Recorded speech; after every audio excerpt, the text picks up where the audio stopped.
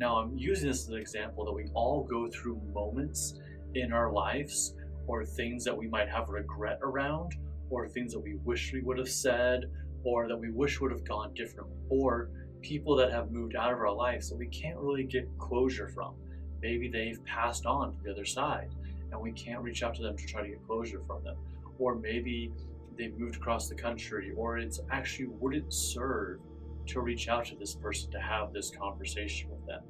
And so the empty chair technique is sitting up an empty chair and you're bringing forth the energy of that person to communicate with them, to talk with them, to actually say the things that you didn't want to say, the things that you've always wanted to say. If going and talking to somebody about the issue and moving into the energy that would heal it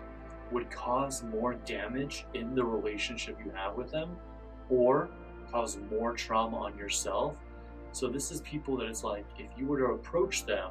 you would cause more damage onto yourself, or more damage in a relationship you're trying to build with them, or you wouldn't actually get the closure because it would move into an argument. It would move into a denial. It would never actually get closure and close off the energy, so you can move past that pattern and story. And so you can actually move into a more free or higher state and not hold these resentments or need for forgiveness, or even sometimes it's just things that need to be said. Like if it's an ex that broke your heart and left and you didn't get to say all the things you wanted to say, and it's been 5 years or 2 years or 1 year or a decade, and it's like,